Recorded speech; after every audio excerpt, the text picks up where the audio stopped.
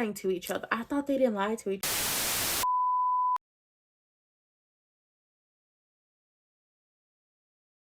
Lawful wedded husband.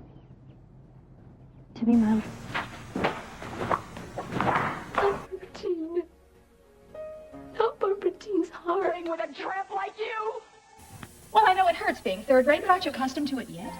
Oh, Robin, I see you. I baptized myself the slut of Springfield! Son of a bitch in heat. I found out myself what love is all about. Hey everybody, it's me, Nikki. So let's talk Beyond the Gates. We pick up where we left off yesterday with Evil Genuine sitting down there with Vanessa and Joey. And, you know, Vanessa and Joey are just like saying different things that are like, oh, like it's a little inside joke between the two of them. Like, oh, he don't know. So they just joking and laughing and ha ha ha. So Evil Genuine asked Vanessa, how's the real estate business? And she was like, you know, it's going real well. You know, I'm selling houses and everything.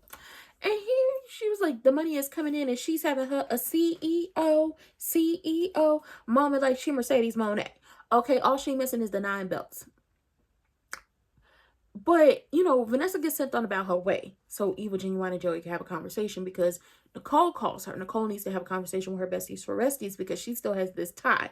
So when Vanessa gets over there, Vanessa is apologizing for the whole house thing with the driveresses and across the street. And she was like, girl, ain't worried about that. Worried about the fact that she gave him this tie and insinuated that she's still sleeping with my husband, or she's sleeping with my husband again. So Vanessa's like, how do we even know that's true? Like, you don't even know if that's the right tie. Maybe she would have stolen. Maybe she would have did X, Y, and Z. She was like, nope, this is a tie I got him for Christmas last year. So they keep having this conversation. And Vanessa finally sets it down and, you know, puts it in Nicole's face. Like, the only reason you're worried about a man that you are divorcing, sleeping with someone else, is because you still love him. You know it, I know it, and us, the general watching public, knows it. If you really want to know if he is sleeping with this woman again, just go over there and ask him. And that's what she did. Now, Vanessa ends up back at the country club, or she ends up at the country club to have dinner with Boozy Susie, dumbass Doug. And they run into, you know, Evil Genuine. Now, Doug wants to know what you think about that situation I asked you about. And Vanessa walks up in the middle of the conversation before Evil Genuine can answer. It was like, oh, 2 times in one day. Hey, so when Boozy Susie dumbass Doug asked her, where'd you see him at Orphe Jeans? What were y'all talking about? Golf? They're lying to each other. I thought they didn't lie to each other. Yeah, it's about to be messy. Whatever this blow up is going to be, it's going to be like no other. It's going to be like no other. Now, Nicole is heading over there to talk to Crewneck Ted. Crewneck Ted then had a conversation with Eva about her mama and the fact that her mother said Nicole does not want Ted. When he gets that through his thick but hot but sexy skull, he gonna come right on home to me. That's exactly what she said. Basically, she said, Nicole don't matter, and Ted's a dumbass, and he gonna come running right back to me because he's always wanted me here and never wanted Nicole, and it's always been about money, and that's how it is, and that's how it's gonna be, and we're gonna live happily ever after, and he's no longer gonna keep us in the dark. When in reality, he's not keeping Eva in the dark. He actually claimed her. He just don't want you. But that's what she said. Well, if she didn't say that, that's what I heard. Okay, that's what I heard. But it sounds like what she said. Is it not? But Eva was trying to convince her mama that this man don't want you. Okay, even if him and Nicole get divorced, who's to say he's going to get back with you? Who's to say that? Nobody can say that he is going to come running back to you, especially after you gave Nicole that tie. And now Nicole came over there to have that conversation with him.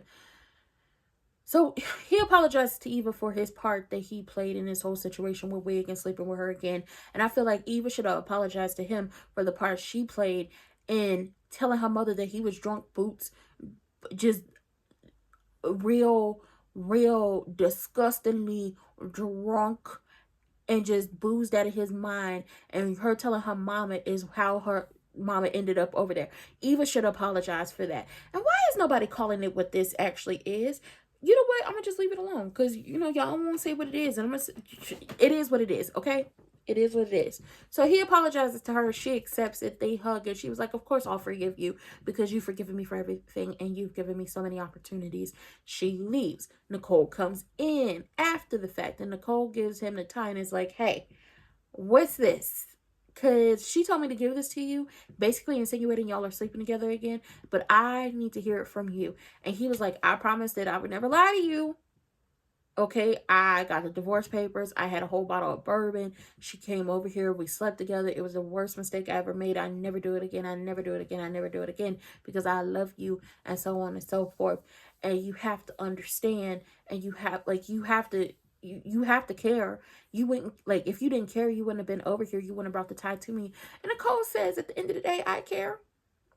I care because I can use this against you in the courtroom when it comes to this divorce. And she throws up the deuces to him. And it's just like, if you thought that you and that lady was going to get back together after this situation, you are sadly mistaken. Now, when she go and get that back cracked by, you know, fine, sexy Dr. Carlton, I don't want to hear nothing, okay? When we hear, I'm your nasty dancer, dancing for money, do what you want me to do. When you hear that coming from the house, okay, don't stop it. Hey, when you hear that from the house, don't come asking no questions. Mind your business. Mind your business. Because ultimately, you was sleeping with that lady again. Just ruined any chances of you and Nicole getting back together. Because she was over here feeling bad. She was over here feeling real bad and sorry for you. And she might have gave you a chance. And all that singing you did in that music video, CC, all that singing you did, I don't think she gonna take you back, brother. I heard your song get played and I like it. It's a little cute song, but I don't think she's gonna take you back, CC. Okay, maybe you can call Joel, the Green Power Ranger, to come back her back, but I don't think it's gonna work because I think Joel is married to the doctor from, you know, Power Rangers Time Force. Okay, no, Lightspeed. Power Rangers, Lightspeed, rescue. Okay, it's so many Power Rangers. Maybe you need to call Joel to help, because CC ain't gonna help this one. I mean, you called on CC, but CC ain't really gonna help you get your woman back. And I know you can beg better than that, okay? You was from the 90s. You can beg like you from Jodeci or somebody in a desert with your shirt open. Child, Eva tried her best to convince her mama that man don't want her, but listen, she's crazy, okay? She think that man want her. So Miss Anita and Daddy Dupree is looking for, you know, Danny. They don't know where she at. So Daddy Dupree goes to take a call out in the lobby area and, you know, maybe get a hold of Danny. And Wig goes over there to ask Miss Anita about Barbara. And she tells her that Barbara gave her to her friend Peaches with the understanding that Peaches would never tell Wig anything about Barbara. And I was like, oh, so you did hear Peaches when she said that she didn't want you. Okay, so you heard her.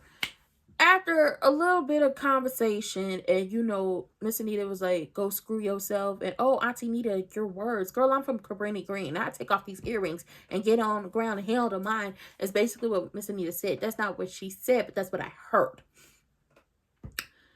Miss Anita tells her about Barbara, and they have a little moment where they connect. But it's not going to last, because Wig is always going to end up doing something that's going to throw any progress she made with anybody out the window, because she can never sit still and just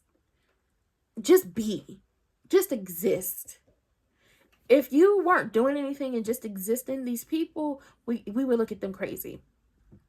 Now, Daddy Dupree finally got a hold of Danny. Where's Danny? Well, her and Andre, like previous episodes, getting drunk boots down at the country club. They caught a ride share to Danny's house to get her go bag, because, you know, Andre always keep him a go ho bag, okay? Because he's on the go and he's a hoe. Shout out to him. I support his hold'em, okay? He always keeps him a go bag on the way. And they at a private terminal getting ready to get on the private jet, but, you know, thunderstorming, so you can't go nowhere while it's storming, right? So they're getting drunk boots. They just keep getting drunker and drunker. And the options are Vegas and Vegas. Where are they going? Vegas. What are we going to do in Vegas? Who knows? We might go see the girls.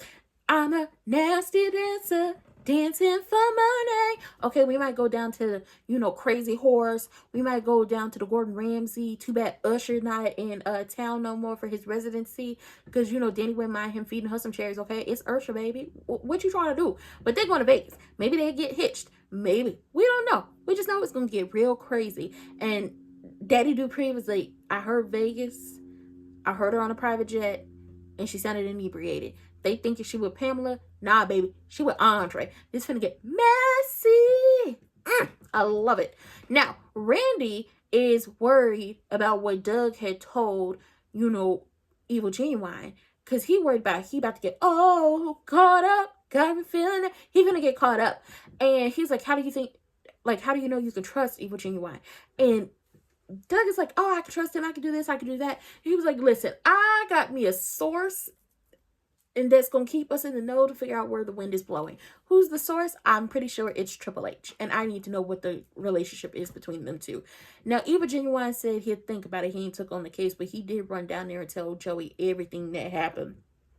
And they do think that man is going to throw, you know, Vanessa under the bus because he's heartbroken at this point. But we're going to see what happens because Joey says, give me some time. I have a plan. And when it comes to Randy, I should have took him out when I had the chance. And I said, damn, this is messy.